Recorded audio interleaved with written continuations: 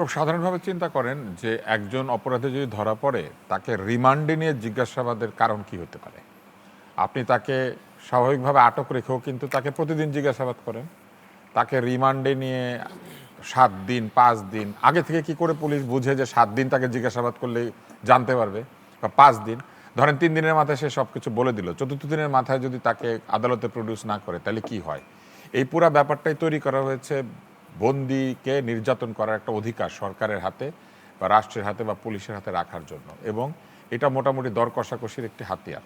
দ্বিতীয় হচ্ছে রিমান্ডে যারা থাকেন তাদের কিভাবে রাখা হয়, মানে রিমান্ড যদি রাজশাহীতে হয় সেই রিমান্ডের ফ্যাসিলিটি কেমন, আর রিমান্ড যদি ঢাকায় হয় সেই রিমান্ডের ফ্যাসিলিটি কেমন। সব জায়গায় তো সম ফ্যাসিলিটি হওয়া উচিত এবং সমমান থাকা উচিত।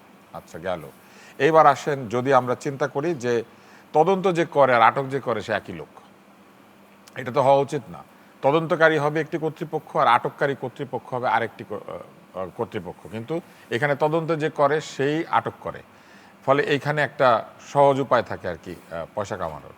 আরেকটি বিষয় হচ্ছে যে যেহেতু সরকার কোনো আর্থিক ক্ষতিপূরণ দেয় না, কারো কোনো দায় নাই, সে জানে যে যাই করুক না কেন তার কিচ্ছু হবে না, ফলে এই ক্ষেত্রে কিন্তু কেউ কোনো দায় নাই বলে অনেক ক্ষেত্রেই অত্যাচার নির্যাতন কিংবা ধরেন অন্যায় আটক এই ব্যাপারগুলো অনেক বেড়ে যায়। এবং আমাদের আইনও তো আছে, সন্দেহবশত আপনি কাউকে আটক করতে পারবেন।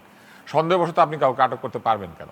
সন্দেহবশত আপনি কাউকে জিজ্ঞাসাবাদ করতে পারেন, আপনি তাকে আটক করবেন কেন? মানে 54 ফৌজদারি হ্যাঁ, কি কারণে আপনি তাকে আটকে রেখে দিবেন? একটা রাতই বা আপনি তার কাছ থেকে কেন কেড়ে নেবেন?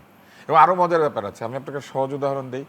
এই যে সোহরাওয়ার্দী হাসপাতাল এলাকায় প্রচুর মাদকাসক্ত আছে, কারণ ওই এলাকাতে একটা মাদকের ব্যবসার জায়গা আছে। এরা এখানে এসে বিভিন্ন জিনিস চুরি করে, পুলিশকে ধরিয়ে দিলে পুলিশ তাকে বলে ছেড়ে দেন। কেন? বলে যে আটক করে রাখলে পরে রাত্রেবেলা এমন মাদকের জন্য অস্থিরতা করবে, মাদক কিনে খাওয়াইতে হবে, মানে এমন অবস্থা তৈরি করে তারা, ফলে তারাই ঝামেলাটা নিতে চায় না। অর্থাৎ দেখেন, মাদকাসক্ত অথবা মাদক আক্রান্ত লোককে পুলিশ আটকাতে চাচ্ছে না, কিন্তু একটা সুস্থ লোককে সে ধরে নিয়ে গিয়ে সন্দেহবশত মাদক বিক্রেতা সন্দেহে আটক করে ফেলতে পারে।